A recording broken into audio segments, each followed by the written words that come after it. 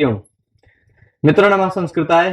संस्कृत गंगा धारागंज प्रयागराज से मैं अरुण पांडे आप सबका आज के इस व्याख्यान में हार्दिक स्वागत करता हूं। मित्रों, हम सब कारक प्रकरण का कुछ दिनों से लगातार शब्दशः अध्ययन कर रहे थे।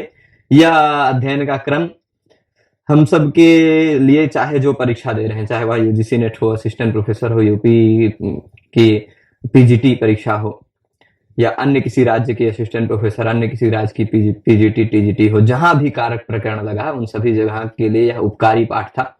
और शब्दशः हमने सिद्धांत कौमुदी के वाक्यों को लेकर सिद्धांत कौमुदी के सूत्रों और वृत्ति को शब्दशः समझाते हुए अभी तक पढ़ा है। और सौभाग्यवश यह सिद्धांत कौमुदी के अनुसार कारक प्रकरण का समापन सत्र होने वाला है। इसमें जो अवशिष्ट केवल 4 सूत्र बचे हैं, उन 4 सूत्रों को इसी भाग में देख के हम कारक प्रकरण को संपन्न करेंगे।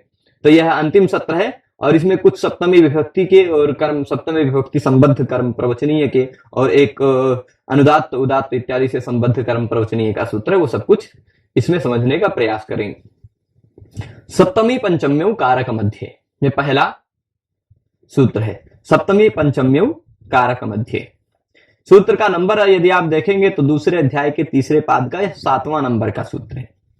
इससे पहले आप देखेंगे, खोजेंगे तो आपको कालाध्वनोर अत्यंत संयोगे, कालाध्वनोर अत्यंत संयोगे, अपवर्गे तृतीया, ये सूत्र मिल जाएंगे।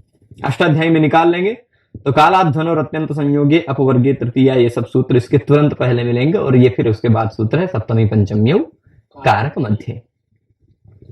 तो अब कालाध्वनोर अत्यंत संयोगे से कालाध्वनों की अनुवृत्ति आएगी। ठीक, कालाध्वनोर अत्यंत संयोगे से कालाध्वनों की अत्यंत अनुवृत्ति आएगी। अब हो सकता है कोई व्यक्ति पहली बार, कभी कभी कोई कहते हैं कि हमें पाठ समझ में नहीं आता। जब पहली बार आप सिद्धांत कौमुदी का यह पहला पाठ देख रहे होंगे, हम पूरा कारक पढ़ा दिए, लगभग कितने, लगभग ये समझ लीजिए कम से कम 50 भाग में तो होगा, ये लगभग 50 भाग में हम पूरा कारक पढ़ा दिया, और आप ये पहला भाग देख रहे हैं तो पहले ही कालाध्वनो या आप कहीं कहीं काला गोरा वाला काला समझने लग जाएंगे, है ना। तो कालाध्वनो ही नहीं समझ में आएगा, फिर आपको विषय कहां से समझ में आएगा। तो इससे निवेदन यह रहेगा कि यदि आप सीरियल से देखेंगे तो पूरा समझ में आएगा, इतना हमें विश्वास। तो कालाध्वनो अत्यंत संयोगी सूत्र पढ़ चुके हैं, उसी के बाद के सीरियल में यह सूत्र आता है, उसी प्रसंग में यह सूत्र आता है। इसलिए सप्तमी के विभक्ति कहा है, इसलिए इन्होंने बाद में कह दिया है, पर सप्तमी के से संबद्ध है। तो उस विषय को रिकॉल कीजिएगा, बुद्धि में याद लाइएगा।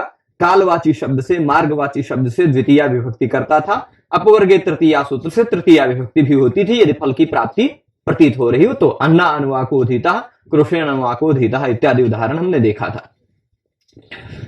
तो सप्तमी पंचम्यो कारक मध्य क्या कहता है? यदि काल और अध्वनौ, कालाध्वनौ, कालवाची शब्द, मार्गवाची शब्द यदि कारक मध्य हो, कारक मध्य हो, दो अलग अलग कारकों के मध्य में हो, एक इधर कोई कारक हो, एक इधर कोई कारक हो, उसके बीच में कोई काल हो या उसके बीच में कोई मार्ग हो, कालवाची शब्द, मार्गवाची शब्द दो कारकों के मध्य में हो, तो दो कारकों के मध्य में जो कालवाची शब्द, जो मार्गवाची शब्द है, उस शब्द से सप्तमी और पंचमी दोनों विभक्तियां लगती है। ठीक है, तो आपको यह ध्यान देना, कालवाची शब्द और मार्गवाची शब्द से अभी तक आपने अन्ना अनुवाको धीता में अन्ना तृतीया देखा था, क्रोशेण तृतीया देखा था, क्रोशम गिरी, है ना, मासम अधीते इत्यादि में कालवाची शब्द, मार्गवाची शब्द से हमने द्वितीया भी देखा था, द्वितीया तृतीया भी होती थी। पर वही कालवाची शब्द, वही मार्गवाची शब्द यदि दो कारकों के मध्य में आ जाए तो उसी कालवाची शब्द और मार्गवाची शब्द से द्वितीया तृतीया न होकर के सप्तमी और पंचमी विभक्ति हो जाती है। सप्तमी पंचम्यो होता है। ठीक, क्या कह रहे हैं? कारक मध्य को, कारक मध्य का अर्थ ये क्या कह रहे हैं? शक्ति द्वय मध्य। कारक भी शक्ति है, कर्तृत्व शक्ति, कर्मत्व शक्ति, ये सब कारक की शक्तियां हैं, है ना। तो शक्ति द्वय मध्य मतलब दो कारकों के मध्य में, एक तरफ कर्तृत्व शक्ति है, दूसरी तरफ भी कोई अलग से कर्तृत्व शक्ति है, या एक तरफ कर्तृत्व शक्ति है, एक तरफ कर्मत्व शक्ति है। ऐसा दो कारकों के मध्य में आ जाने वाले कालाध्वनौ, कालवाची और मार्गवाची शब्द यदि आ रहे हैं दो कारकों के मध्य में, तो ताभ्याम एते स्तः। ठीक, या काला ध्वनु थोड़ा गड़बड़ हो गया है, काला ध्वनु और अत्यंत संयोगे से काला ध्वनु नहीं होना चाहिए, अध्वन शब्द है, अध्वानव होगा, काला ध्वानव होगा। ये आप पुस्तक में देखेंगे तो अध्वानव ही मिलेगा। यहाँ टाइपिंग में थोड़ा बहुत कभी कभी मुद्रा राक्षस आ जाता है ना, मुद्रा राक्षस मतलब मुद्रण में राक्षस, काला ध्वानव है, काल अध्वानव, ये अभी ध्यान आया। तो दो कारक के मध्य में, दो कारकों के मध्य में, दो शक्तियों के मध्य में यदि काल और अध्वा आता हो, कालवाची शब्द या मार्गवाची शब्द होता हो, तो ताभ्याम उस कालवाची शब्द और मार्गवाची शब्द से एते, एते मतलब ये दोनों स्तः होती हैं। ये दोनों होती हैं, कौन दोनों होती हैं?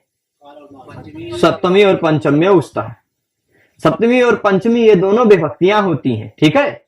दो शक्तियों के मध्य में एक तरफ कर्तृत्व शक्ति हो, एक तरफ कर्मत्व शक्ति हो, इन दोनों शक्तियों के मध्य में जो काल और अध्वानव, कालाध्वानव, यहां अध्वानव नहीं है, अध्वानव है, हमने अभी बताया, कालाध्वानव। तो जो कालवाची शब्द या मार्गवाची शब्द आते हैं, ताभ्याम उस कालवाची शब्द और मार्गवाची शब्द से एते स्तः, एते मतलब ये दोनों विभक्तियां होती हैं। कौन दोनों? ये दोनों, सप्तमी पंचम्यौ स्तः, सप्तमी और पंचमी दो विभक्तियां होती हैं। चलिए अब इसको समझा देते हैं। उदाहरण जो दिया है इस उदाहरण को समझते हैं। यहां अध्वानव हुए, ध्यान रखिएगा, अध्वानव मत पढ़िएगा कभी, थोड़ा सा गड़बड़ी हुई है। तो अद्य भुक्त्वा अयम द्वहे द्व्यहाद वा भोक्ता। कोई व्यक्ति ऐसा है, मान लीजिए अभी श्रावण महीना चालू हो गया है, श्रावण महीने में सोमवार का कोई व्रत कर रहा है, ठीक, कल सोमवार है और मान लीजिए परसों एकादशी है, ठीक। तो अब कोई व्यक्ति आज रविवार को खाना खाएगा, फिर कल भी नहीं खाएगा, परसों भी नहीं खाएगा, 2 दिन बाद खाएगा, है ना, 2 दिन बाद खाएगा। तो आज खाया, आज क्रिया की, आज भोजन की क्रिया कर रहा, समझिएगा पूरी सिचुएशन, आज भोजन की क्रिया वह कर रहा है यानी खा रहा है। तो आज की खाने की क्रिया का कर्ता हुआ कि नहीं? एक कारक आज हो गया। 2 दिन बाद खाएगा तो दूसरे दिन बाद दूसरी क्रिया होगी काल भेद से, तो दूसरे कर्ता वो भी कर्ता ही हो जाएगा। एक ही व्यक्ति है यद्यपि, लेकिन काल भेद से कर्तृत्व शक्ति में भेद है। आज के भोजन शक्ति की कर्तृत्व अलग है, आज के भोजन क्रिया की कर्तृत्व शक्ति अलग है, 2 दिन बाद भोजन के क्रिया की कर्तृत्व शक्ति अलग रहेगी, है ना। तो 2 कारक हो गए कि नहीं? आज भोजन कर रहा है, 2 दिन बाद भोजन करेगा। तो इन दोनों कारकों के मध्य में आज का कर्तृत्व शक्ति और फिर बाद के कर्तृत्व शक्ति के मध्य में जो कालवाची शब्द है, 2 दिन कालवाची शब्द है कि नहीं, समयवाची शब्द है, उस 2 दिन वालजी जो शब्द है द्व्यः, कौन सा शब्द? द्वयोः अह्नोः समाहारः द्व्यः, ऐसा बनता है, द्वि अह द्व्यः बन जाता है, ठीक। तो यह द्व्यः क्या है? 2 दिन, 2 दिन बाद भोजन करेगा। तो यह द्व्यः कालवाची शब्द है कि नहीं? एकाह द्व्यः त्रेह ऐसे शब्द होते हैं, 1 दिन 2 दिन 3 दिन ऐसे होते। तो इस शब्द से, कालवाची शब्द से कौन सी विभक्ति होगी? सप्तमी विभक्ति भी होगी, पंचमी भी होगी, द्व्यहात भोक्ता अथवा द्व्यहे भोक्ता। वही उदाहरण दे रहे हैं ना, देख लीजिए यह क्या कह रहे हैं, आद्य भुक्त्वा अयम, आज भोजन करके ये व्यक्ति 2 दिन बाद भोजन करेगा। अब यह जो सप्तमी भी हुई, पंचमी भी हुई। अद्य भुक्त्वा अयम द्व्यहे भोक्ता, अद्य भुक्त्वा अयम द्व्यहात भोक्ता, ठीक है, समझ गए। तो अयम एक कारक हो गया आज भोजन करने वाली क्रिया का, और 2 दिन बाद भोजन करेगा तो 2 दिन बाद वाली क्रिया का कारक हो गया दूसरा कारक। तो ये क्या कह रहे हैं? कर्तृशक्त्योः मध्ये अयम कालः। यहां जो कालवाची शब्द द्व्यः शब्द है, वह द्व्यः शब्द कैसा है?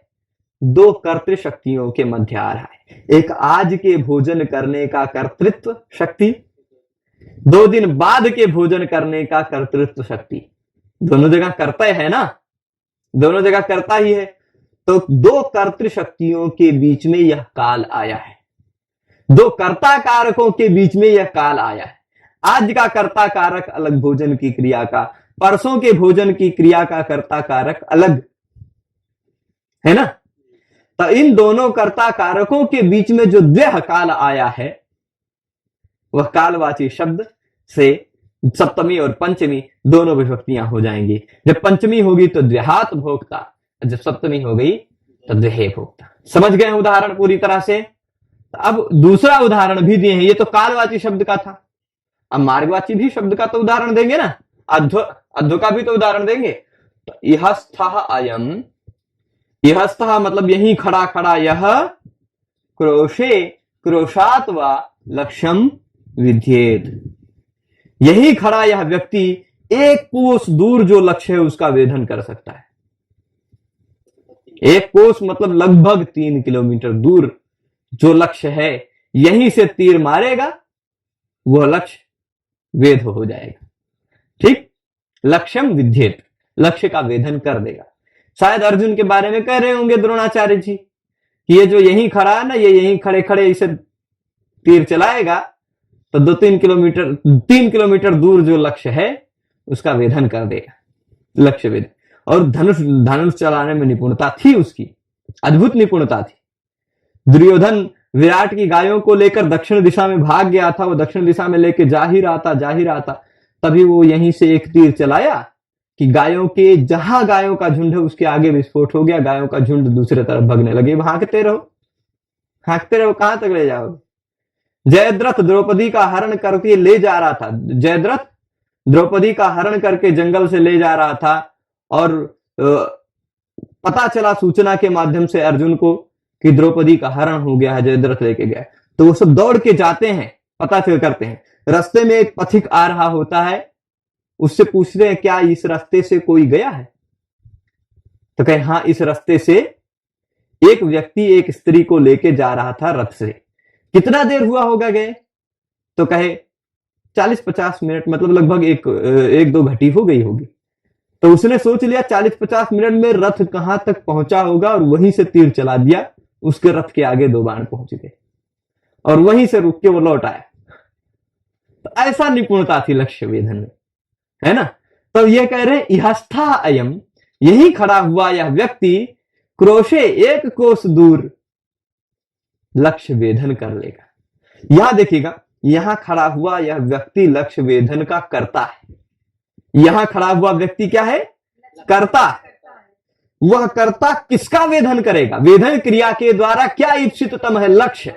लक्ष्य है कर्म। यहां खड़ा हुआ वह व्यक्ति है अर्जुन मान लीजिए, वहां दूर 1 कोस किलो दूर क्या है? लक्ष्य है। इन 2 शक्तियों के पक्ष में यहां कर्ता है, वहां कर्म है ना। लक्ष्य कर्म है कि नहीं? क्योंकि वेधन करेगा लक्ष्य का। कर्ता यहां है, कोश वो 1 कोस दूर लक्ष्य है जो कि कर्म है, लक्ष्यम विद्येत। तो एक तरफ कर्तृशक्ति है, एक तरफ कर्म शक्ति है। एक तरफ कर्ता कारक है, दूसरे तरफ कर्म कारक है। उसके मध्य में 1 कोस, यह मार्गवाची शब्द है। कर्ता शक्ति के मध्य और कर्म शक्ति के मध्य में कारक मध्य हो गया ना। कारक मध्य में यदि 2 कारकों के मध्य में कालवाची शब्द या मार्गवाची शब्द आता है तो उससे सप्तमी और पंचमी दोनों विभक्ति होती है। तो इसलिए क्रोशे लक्ष्यम विध्येत अथवा क्रोशात लक्ष्यम विध्येत, दोनों हो जाएगा ना। क्रोशात लक्ष्यम विध्येत अथवा क्रोशे लक्ष्यम विध्येत हो जाएगा दोनों। यहां क्या कह रहे? कर्तृकर्म शक्ति और मध्य अयम देश। यह जो देश, यह जो मार्गवाची शब्द है, यह कर्ता और कर्म 2 शक्तियों के मध्य में, इधर कर्तृशक्ति है उधर कर्म शक्ति है ना। समझ रहे हैं पूरी तरह? इधर कर्तृशक्ति है आयम, यह व्यक्ति, यह लक्ष्य वेधक, और उधर कर्म है शक्ति है लक्ष्य। उन दोनों शक्तियों के मध्य में यह देश है। ठीक है। अब क्रोश शब्द है या क्रोशात शब्द है, हाँ, तो ये क्रोश शब्द कर्म ही तो है। क्रोश कहां से कर्म है?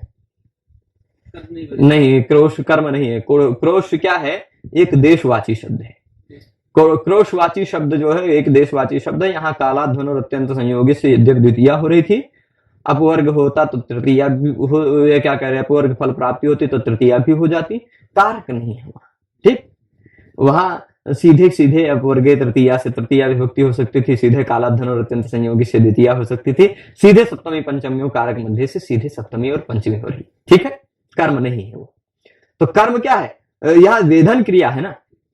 क्रिया को आप कर्म कौन सा है ये कैसे पहचान सकते हैं, क्रिया से। विध्येत क्रिया है, अयम अर्जुनः विध्येत, यह अर्जुन वेध सकता है, वेध सकता है ना। तो वेध सकता है कैसे, क्या वेध सकता है, कर्ता अर्जुन है, वेध सकता है वह लक्ष्य है, लक्ष्य है कर्म, कर्म लक्ष्य है। एक तरफ कर्तृशक्ति है, एक तरफ कर्म शक्ति है, दोनों के बीच में यह क्रोश, एक कोश, यह मार्गवाची शब्द है। ठीक, मार्गवाची शब्द है या देशवाची, देश का सूचक, जगह का सूचक शब्द है। ठीक है, तो इतना यह सूत्र का निष्कर्ष हुआ। अब इसी सूत्र में व्याख्यान में प्रसंगवश एक सिद्धांत और भी बता दे रहे हैं जो इस सूत्र से संबद्ध नहीं है, इस सूत्र से कोई रिलेशन नहीं है यहां की बात का। मतलब इस सूत्र से समझ लीजिए सप्तमी का विषय लगभग समाप्त ही हो रहा था, क्योंकि इसके बाद कर्म प्रवचनीय सप्तमी आ जाएगी, तो फिर यह लगभग अंतिम सूत्र था। क्योंकि इसके बाद आप देखेंगे तो अधिरीश्वरे आ जाएगा, यस्माद अधिकम यस्य चेश्वर वचनम, तत्र सप्तमी आ जाएगा, वो कर्म प्रवचनी वाली सप्तमी आ जाएगी। तो सप्तमी विभक्ति का विभक्ति करने वाला लगभग अंतिम सूत्र था, तो इसलिए उपसंहार करते हुए कुछ जो छूट उठ गया वो भी बता दे रहे हैं। क्या बता दे रहे हैं कि अधिक शब्द के योग में, अधिक एक शब्द है, अधिक जानते हैं, अधिक ज्यादा है ना, अधिक शब्द होता है कि नहीं। तो कह रहे अधिक शब्द के योग में सप्तमी पंचम्यौ इष्येते, अधिक शब्द के योग में सप्तमी और पंचमी ये दोनों विभक्तियां हो सकती हैं। कौन विभक्ति हो सकती है, सप्तमी पंचम्यौ, इष्यते नहीं, इष्येते। अधिक शब्द के योग में सप्तमी और पंचमी ये दो विभक्तियां हो सकती है, इसे सीधे एक वाक्य कह दिया। किस सूत्र से होंगी ये सोचना ही नहीं आपको। कौन सूत्र लगा अधिक शब्द के योग में पंचमी करने के लिए, कौनो सूत्र नहीं बनाया पाणिनि जी ने। किस सूत्र से अधिक शब्द के योग में सप्तमी होगी, उसके लिए भी कोई सूत्र नहीं बनाया पाणिनि जी ने। तो भाई वृत्तिकार आपको कैसे पता चला कि अधिक शब्द के योग में सप्तमी होगी, अधिक शब्द के योग में पंचमी होगी, ऐसा कैसे पता चल गया आपको। सपने में आके पाणिनि जी बता के चले गए हैं का, नहीं, सपने में पाणिनि जी ने नहीं बताया है कि अधिक शब्द के योग में सप्तमी और पंचमी होगी। कोई सूत्र भी ऐसा नहीं कहा है पाणिनि जी ने कि अधिक शब्द के योग में सप्तमी होगी या अधिक शब्द के योग में पंचमी होगी, ऐसा किसी भी सूत्र में नहीं कहा है। पर पाणिनि जी ने खुद अधिक शब्द के योग में सप्तमी का प्रयोग किया है, और पाणिनि जी ने खुद ही अधिक शब्द के योग में पंचमी विभक्ति का प्रयोग किया है। तो पाणिनि जी खुद ही प्रयोग कर रहे हैं, पर उस प्रयोग के लिए कोई नियम नहीं बनाया है, पर उन्होंने खुद प्रयोग करके तो दिखाया है। तो उनके प्रयोग से ही समझ जाना है कि उसके योग में वो विभक्ति हो सकती है। ठीक, उन्होंने एक जगह तदस्मिन अधिकम इति रसांता डह, एक तद्धित प्रत्यय का ड प्रत्यय करने के लिए सूत्र बनाते हैं। तदस्मिन अधिकम इति दशांता डह, तद्धित प्रकरण में मत्वर्थीय में, मत्वर्थीय प्रकरण में यह सूत्र मिलेगा। जैसे एकादशम शतम इत्यादि उदाहरण है। दशांत संख्या हो, अस्मिन अधिकम यह विग्रह हो, तो दशांत संख्या से ड प्रत्यय होता है। उस सूत्र में तत् अस्मिन अधिकम, तत् अस्मिन अधिकम, अधिक शब्द का प्रयोग तो किया है पाणिनि जी ने, पर उसके साथ साथ अस्मिन शब्द में सप्तमी का भी प्रयोग किया है। पर सप्तमी किस सूत्र से होगी ऐसा किसी सूत्र में कहा नहीं, पर खुद प्रयोग करके दिखाया है। तो आपको अपने आप समझ लेना है कि अगर पाणिनि जी खुद प्रयोग कर रहे हैं तो सप्तमी हो सकती है ना।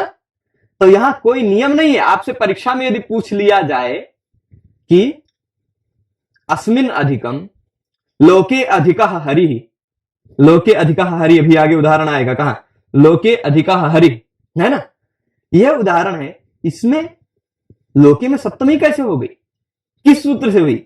तो आपको कहना कोई सूत्र नहीं है।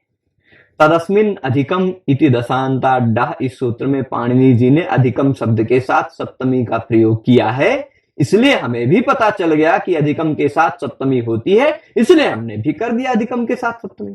यह इससे ज्ञापक होता है। पाणिनि जी ने प्रयोग किया, उससे कुछ जान पड़ता है, उससे कुछ हमें पता चल जाता है। और उसी तरह भी आगे एक सूत्र पढ़ेंगे, यस्मादधिकम यस्य चेश्वर वचनम तत्र सप्तमी, अभी इसी भाग में हम पढ़ेंगे वो सूत्र, अभी इसके बाद वाले सूत्र में, मतलब कारक प्रकरण का सेकंड लास्ट सूत्र वही है, सिद्धांत कौमुदी का 645 नंबर का सूत्र।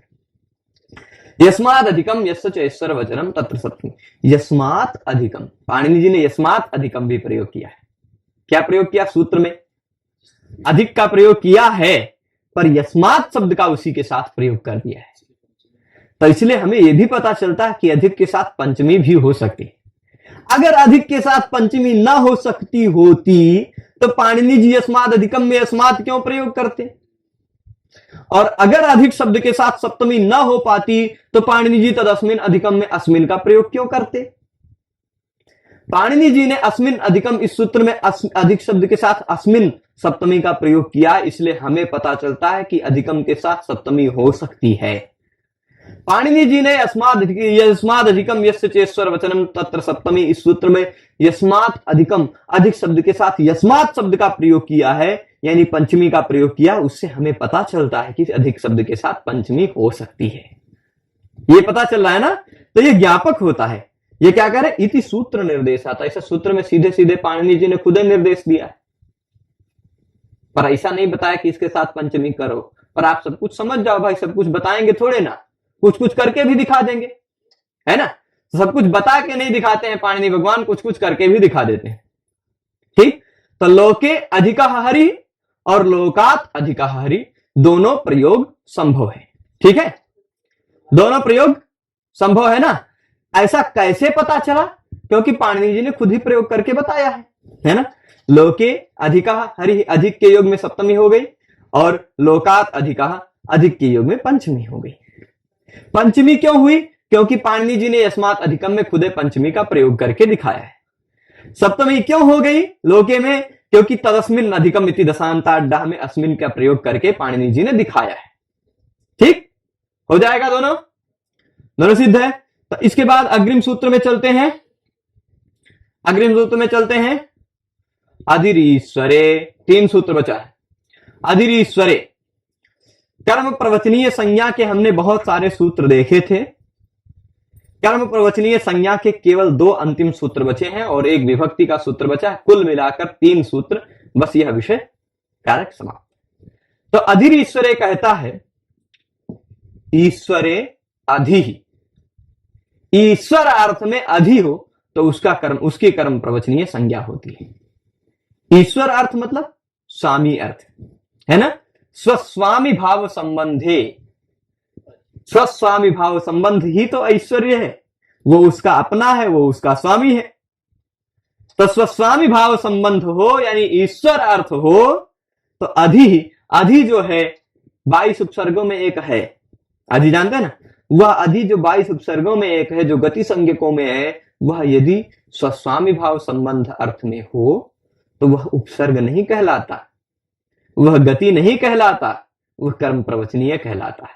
ठीक, उसकी कर्म प्रवचनीय संज्ञा होती है, बस इतना ही। अभी आपको एक और सूत्र रिकॉल करना पड़ेगा, ध्यान लाना पड़ेगा। आपने एक सूत्र कर्म प्रवचनीय का पढ़ा था जिसका उदाहरण नहीं पढ़ा था, वह सूत्र होगा उपोधिकेच, है ना? उपोधिकेच, ठीक है। उपोधिकेच सूत्र देखा था और अधिरीश्वरे ये सूत्र दे, ध्यान रखिएगा। उपोधिकेच हमने देखा था, उप अधिक अर्थ में हो और हीन अर्थ में हो। सुनिए, अधिक अर्थ और हीन अर्थ में यदि उप हो तो उसकी कर्म प्रवचनीय संज्ञा हो जाती है ना? तो अब यह उप है, अधिक अर्थ में रहेगा तो उसकी कर्म प्रवचनीय संज्ञा होगी। अधि है, ईश्वर अर्थ में रहेगा तो उसकी कर्म प्रवचनीय संज्ञा होगी। ये दोनों सूत्र का अर्थ समझ गए? उप अधिक या हीन अर्थ में हो तो उसकी कर्म प्रवचनीय संज्ञा, और अधि ईश्वर अर्थ में हो तो उसकी कर्म प्रवचनीय संज्ञा, दोनों हो जाएगा। इसके बाद अब देखिएगा यहां पर, यस्मादधिकम यस्य चेश्वर वचनम तत्र सप्तमी। यस्मात् अधिकम, जिससे अधिक कहा जा रहा हो, जिससे अधिक कहा जा रहा हो। कोई 2 चीज है, अधिक मतलब कोई दो चीज रहेगा, एक कम रहेगा एक ज्यादा रहेगा, तभी तो अधिक कहेंगे। तो जिससे अधिक कहा जा रहा हो और जिसका स्वामी कहा जा रहा हो, यस्य च ईश्वर वचन, जिसका स्वामी कहा जा रहा हो उन दोनों में सप्तमी होगी। जिससे अधिक है उसमें भी सप्तमी, जिसका स्वामी है उसमें भी सप्तमी। ठीक, तब यानी ऐसा कर्म प्रवचनीय जो अधिक अर्थ कहता हो उस कर्म प्रवचनीय के योग में सप्तमी होगी। ऐसा कर्म प्रवचनीय जो ईश्वर वचन कर रहा हो, ईश्वर अर्थ में हो, उसके योग में भी सप्तमी होगी। तो हमने देखा था अधिक अर्थ में कौन सा कर्म प्रवचनीय है? उप, उप है ना, उपोधिकेच। उप अधिक अर्थ में कर्म प्रवचनीय है। ईश्वर वचन अर्थ में, ईश्वर अर्थ में कौन कर्म प्रवचनीय है भाई? अधि है, अधिर ईश्वर है। तो इससे निष्कर्ष क्या पता चला? उप कर्म प्रवचनीय के योग में अधिक अर्थ वाले उपकर्म प्रवचनीय के योग में, और ईश्वर अर्थ वाले अधिकर्म प्रवचनीय के योग में सप्तमी विभक्ति होती है। यह इससे पता चला। यस्मात् अधिकम यस्य चेश्वर वचनम अत्र कर्म प्रवचनीय युक्ते सप्तमी स्यात्। वैसे सामान्यतः हमने नियम देखा था कि कर्म प्रवचनीय के योग में द्वितीया होती है ना। फिर हमने कर्म प्रवचनीय के योग में प्रद्युम्न कृष्णात् प्रति इत्यादि में प्रतिनिधि प्रतिजाने च अस्मात् और पंचम्यपांग परिभी, पंचम्यपांग परिभी से पंचमी भी देखा था। अप आंग और परि कर्म प्रवचनियों के योग में पंचमी होती है, यह भी देखा था। सामान्यतः हमने देखा था कि द्वितीय विभक्ति होती है, पर विशेष नियम से कुछ जगह पंचमी भी हो सकती थी। यह एक और विशेष नियम है जिससे सप्तमी भी हो सकती है कर्म प्रवचनीय के योग में। ठीक, अत्र कर्म प्रवचनीय युक्ते सप्तमी स्यात्। अत्र कर्म प्रवचनीय युक्ते मतलब अधिक अर्थ वाले कर्म प्रवचनीय और ईश्वर अर्थ वाले कर्म प्रवचनीय के योग में सप्तमी। उपपरार्धे हरेर गुणा, हरि के गुण परार्ध से भी अधिक है। उप का अर्थ क्या है? अधिक। परार्ध सबसे बड़ी संख्या को कहा जाता है परार्ध। संस्कृत में एकम दश शतम चैव शतम नहीं एकम दश शतम चैव सहस्रमयुतम तथा लक्षम च नियुतम चैव, ऐसे करके कोटिरर्बुद में वो ऐसे करके संख्याओं को गिनाते हैं। 1, 10, 100, 1000, लाख करते करते अंतिम संख्या परार्ध गिनाई गई। ठीक, परार्ध के बाद संख्या का गणन नहीं। तो कह रहे उप परार्धे, परार्ध से भी अधिक। उप का अर्थ क्या है? अधिक। अधिक अर्थ में उप हो तो उपोधिकेच ने कहा था उप को कर्म प्रवचनीय कहा जाता है ना। अधिक अर्थ में उप हो तो उस उप को कर्म प्रवचनीय कहा जाता है उपोधिकेच सूत्र के द्वारा। उपोधिकेच ने कहा कि वह कर्म प्रवचनीय है ना, अधिक अर्थ में हो तो। परार्धे उप हरे गुणा। अब देखिए, हरि के गुण परार्ध से भी अधिक है। यस्मात् अधिकम, जिससे अधिक है उसमें सप्तमी हो जाएगी। अगर कर्म प्रवचनीय से अधिक अर्थ प्रतीत हो रहा हो तो जिससे अधिक है उस शब्द में सप्तमी हो जाएगी। तो परार्ध से अधिक है ना हरि के गुण, तो परार्ध में सप्तमी लग गई। परार्धे हरे गुणा उप, उप मतलब अधिक, परार्ध से अधिक है हरि के गुण। ठीक, जिससे अधिक हो उसमें सप्तमी लग गई। ये अस्मात् अधिकम वाला अंश समझ गए होंगे आप भाई। अधिक अर्थ में कौन सा कर्म प्रवचनीय हो रहा था? उपोधिकेच। अधिक अर्थ में उप कर्म प्रवचनीय था, तो जिससे अधिक है उसमें सप्तमी लग गई। तत्र सप्तमी, यस्मात् अधिकम तत्र सप्तमी, यस्य चेश्वर वचनम तत्र सप्तमी। इस सूत्र को दो टुकड़े में ऐसे करके समझा जा सकता है। यस्मात् अधिकम तत्र सप्तमी, जिससे अधिक है उसमें सप्तमी होगी। यस्य चेश्वर वचनम तत्र सप्तमी। ठीक, दोनों ढंग से हो जाएगा। तो अधिक वाला हम समझ गए। अब ईश्वर वाला, ऐश्वर्य तू मतलब ईश्वर अर्थ में तो क्या होता है? ईश्वर अर्थ में तो स्वस्वामीभ्याम पर्यायेण सप्तमी। ऐश्वर्य अर्थ में तो कभी कभी स्वामी भी सप्तमी हो जाती है, कभी कभी स्वामी में भी सप्तमी हो जाती है। ऐश्वर्य मतलब ईश्वर, ईश्वर मतलब स्वामी। जैसे धरती के स्वामी राम है ना, धरती के स्वामी राम है। राम पूरी धरती के राजा हुआ करते थे, तो धरती के स्वामी राम है। अब राम हो गए स्वामी, धरती हो गया उनका स्व हुआ ना, उनका अपना। तो दोनों में सप्तमी प्रयोग कर सकते हैं। दोनों में सप्तमी पर्यायण, पर दोनों में एक साथ सप्तमी नहीं प्रयोग करेंगे, पर्याय से, बारी बारी। आप चाहें तो स्वामी में सप्तमी प्रयोग कर लें, आप चाहें तो स्व में प्रयोग कर लें, पर दोनों में एक साथ नहीं। ठीक, जैसे अधि भुवि राम, यह राम स्वामी है भुवि यानी पृथ्वी के, राम पृथ्वी के स्वामी है। तो यहां जो स्व है उसमें सप्तमी किया है ना, भुवि। अधि के योग में सप्तमी हुई है, अधि कर्म प्रवचनीय, ईश्वर वचन वाले कर्म प्रवचनीय है। और अधि रामे भू, भू में प्रथमा रह गई, स्वामी में सप्तमी हो गई। कभी स्व में सप्तमी होती है, कभी स्वामी में सप्तमी हो जाती है। ईश्वर वाले अर्थ में यह विशेष बात है। ठीक, ऐश्वर्य तो ये समझ गए हैं पूरा। अब आगे बता रहे हैं, कुछ समास की बात आ जाएगी, बहुत ज्यादा इंपॉर्टेंस नहीं रखती इस सूत्र के साथ, पर समझ सकते हैं। रामे अधि है, रामे अधि है ना, तो इसका सप्तमी सौंदर्य के साथ रामे का अधि के साथ समास कर देंगे। सप्तमी विभक्ति वाला शब्द शौंड गण में पठित शब्द के साथ समास हो जाएगा। तो अधि मान लीजिए शौंड गण में है, मान लीजिए, तो सप्तमी सौंदर्य से जब रामे का अधि के साथ सप्तमी समास होने लगेगा, समास पक्ष हेतु रामाधीना बन जाएगा।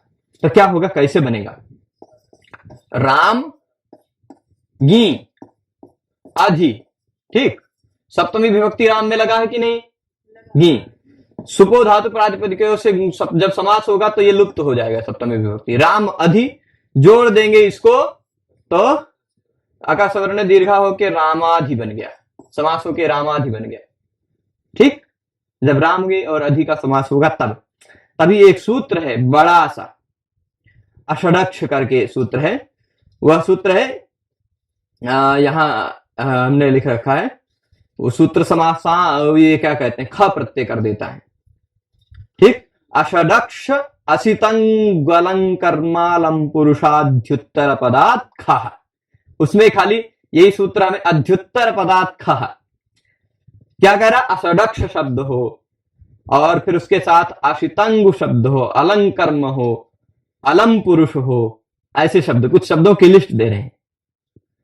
अषडक्ष, अशितंग, अलंकर्म, अलम पुरुष और अध्युत्तर पद। अध्युत्तर पद मतलब ऐसा शब्द जिसके उत्तर पद में अधि हो, ये अध्युत्तर पद है कि नहीं, अधि जिसके उत्तर पद में हो वह अध्युत्तर पद है। तो ऐसे शब्दों से समास होने के बाद ख प्रत्यय हो जाता है। चलिए ख प्रत्यय कर दिया, रामाधि ख। फिर एक बहुत भयंकर सूत्र है जिसको सुन के ही कुछ लोग इधर उधर हो जाते हैं, क्या बता रहे हैं, खप अच्छा कड़वा कड़वा सूत्र, तो हम लिख देते हैं उसको, आयने यी नी यह, आयने यी नी यी यह, फ ढ ख छ घाम प्रत्ययादि नाम। ये थोड़ा सा व्यायाम कराने वाला सूत्र है। भस्त्रिका प्राणायाम जो न कर सकता हो वैसे कहिए, जो मतलब सुबह सुबह जैसे बाबा रामदेव जी प्राणायाम करवाते हैं ना, भविष्य काल में ऐसी योजना, व्याकरण प्राणायाम निकलवाएंगे हम सुबह सुबह, ऐसे प्राणायाम करो, फ ढ ख छ घाम, ये एक प्राणायाम होगा, फ ढ ख छ घाम है, सब महाप्राण है, सब प्राणायाम करवाएंगे आपको, कपाल भाती करवा देंगे।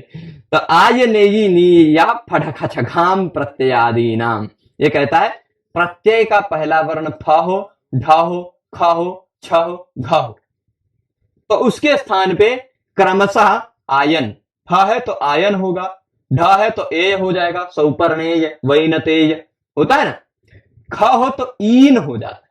देखिए आयन एय ईन है ना, ख होगा तो ईन हो जाएगा, छ होगा तो ई हो जाएगा, किरातार्जुनीय है ना, ऐसे सब, और घ होगा तो ई। यह क्रमशः होते हैं प्रत्यय के पहले वर्ण के स्थान पे। यहां ख है, ख के जगह पे का हो जाएगा, ईन हो जाएगा, तो अधि ईन, रामाधि ईन जोड़ देंगे, रामाधीना हो जाएगा।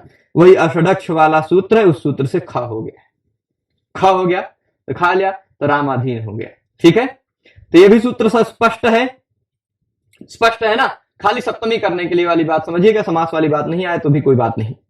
अब आ जाइए अंतिम सूत्र, अंतिम सूत्र इसको देखेंगे, फिर आपके पास सामने ये लिखा हुआ आ जाएगा, जो हम कुछ दिनों से इसमें मेहनत कर रहे हो, मेहनत इति हो जाएगा। ठीक है, अंतिम सूत्र विभाषा कृ, बहुत ज्यादा महत्व नहीं रखता कारक प्रकरण में, पर फिर भी है तो इसको देख लेते, ठीक है। विभाषा क्रिय, इससे तुरंत पहले का आपने अभी जो सूत्र देखा है, अभी शायद यदि आप सबको ध्यान हो तो अभी आपने 1497 नंबर का सूत्र देखा है। 1497 नंबर का सूत्र देखा, दिखा दूं, देख लीजिए, ये है, दिख रहा है 1497, कौन सा था, अधिर ईश्वरे। तो यही हम ऊपर फिर से लिख के दिखा देते हैं ना, विभाषा क्रिय के ऊपर लिख देते हैं, ये 1497 कौन सा सूत्र था, अधिर ईश्वरे, ठीक। तो अब क्या कह रहा है, अधि ही ईश्वरे क्रिय विभाषा कर्म प्रवचनीय, कर्म प्रवचनीय की भी अनुवृत्ति आएगी। अधि यदि कैसा हो, अधि ईश्वर अर्थ में हो, अधि ईश्वर अर्थ में हो, पर अधि के तुरंत बाद क्री धातु का प्रयोग हो, अधि के साथ क्री धातु का प्रयोग हो, अधि ईश्वर अर्थ में हो, उसके साथ क्री धातु का प्रयोग हो, तो अधि की विकल्प से कर्म प्रवचनीय संज्ञा होती है। कर्म प्रवचनीय संज्ञा कैसी होती है, विकल्प से कर्म प्रवचनीय संज्ञा होती है। अब भाई क्री धातु का प्रयोग होगा अधि के साथ, तो करोति होता है, करिष्यति होता है, ये सब प्रयोग रहेगा ना। जैसे यहां देख लीजिए, अधि ही करोतौ, अधि के साथ करोति यानी क्री धातु का प्रयोग हो, तो प्राक संज्ञा, पूर्व वाली संज्ञा होती है, कौन सी संज्ञा, कर्म प्रवचनीय संज्ञा होती है, विकल्प से ईश्वर अर्थ में, ठीक। उदाहरण क्या दे रहे हैं, यदत्र मामधिकरिष्यति, यह सप्तमी नहीं है, अधिकरिष्यति, यही आपको देखना है, अधि है कि नहीं, उसके तुरंत बाद क्री धातु है, अधि के साथ क्री धातु का प्रयोग हो और अधि ईश्वर अर्थ में हो, जो मुझे यहां नौकरी देगा, जो मुझे यहां कुछ अधिकार देगा, ऐसा कहा गया है। तो अधिकार देगा, नौकरी देगा, तो वो कोई स्वामी भी तो आएगा, कोई ईश्वर भी तो होगा, अर्थ में है ना, अधिकार देगा जो मुझे नौकरी देगा। तो यहां इसमें प्रतीत होकर ईश्वर वाला ईश्वरवाची शब्द आ रहा है, प्रतीत होकर आ रहा है, उसका शब्दशः प्रयोग नहीं है ना, तो वह है नहीं, इसलिए उसमें सप्तमी विभक्ति करने की आवश्यकता नहीं है। पर फिर भी यहां क्या है, यहां कर्म प्रवचनीय संज्ञा का मुख्य फल दूसरा है, क्री धातु उदात्त है, करिष्यति उदात्त का प्रयोग है, यहां स्वर वाला प्रयोजन है, कोई विशेष प्रयोजन नहीं, इसलिए महत्वपूर्ण सूत्र भी नहीं है कारक की दृष्टि से। करिष्यति यह तिंग प्रत्ययांत शब्द है कि नहीं, तिंग है ना, तिंग प्रत्ययांत शब्द है। एक सूत्र आएगा, तिंगी चोदात्तवती, उदात्त वाला तिंग प्रत्यय हो, करिष्यति उदात्त वाला तिंग प्रत्ययांत शब्द है, च उदात्तवती, उदात्त वाले तिंग प्रत्यय हो, उदात्त वाला तिंगंत है ना, यह मान लीजिए, हम कह रहे हैं इसलिए दिख तो नहीं रहा है यहां उदात्त का चिन्ह, पर मान लीजिए उदात्त है, ठीक है। उदात्त वाला यदि तिंग प्रत्यय हो, तो उससे पहले यदि कोई उपसर्ग होता है, यदि कोई गति होता है, तो वह अनुदात्त बन जाता है, ठीक। उदात्त वाले तिंगंत के पूर्व में आने वाला उपसर्ग और गति अनुदात्त हो जाता है।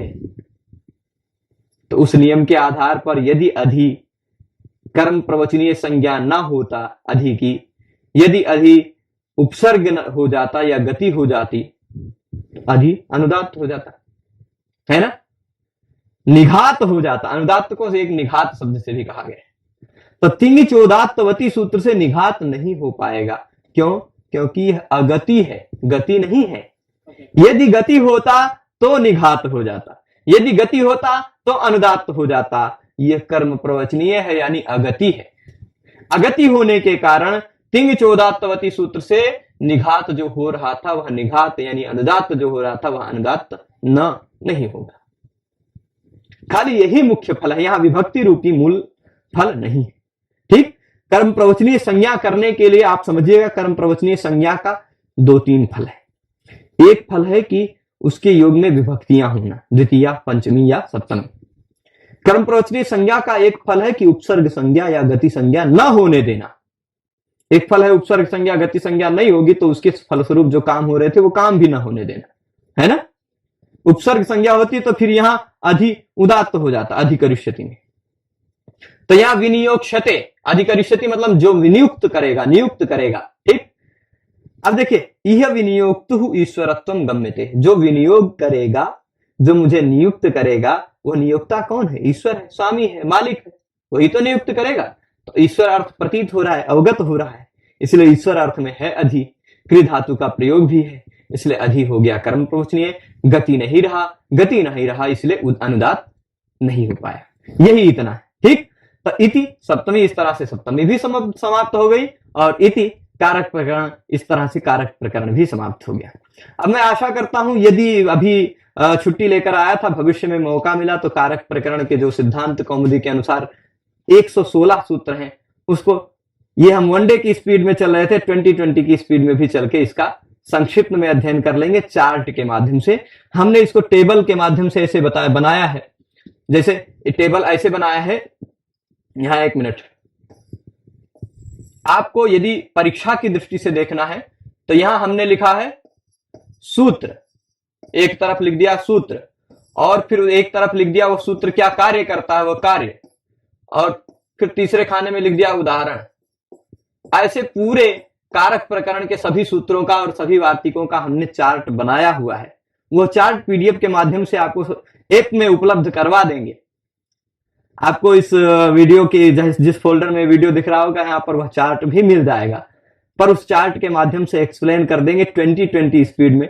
2020 स्पीड कहने का मतलब क्या है? 116 सूत्र हैं, एक पार्ट में 20 सूत्र, एक पार्ट में 20 सूत्र, इस तरह करते हुए 6 पार्ट में सारे 116 सूत्र खत्म हो जाएंगे सभी वार्तिकों के साथ।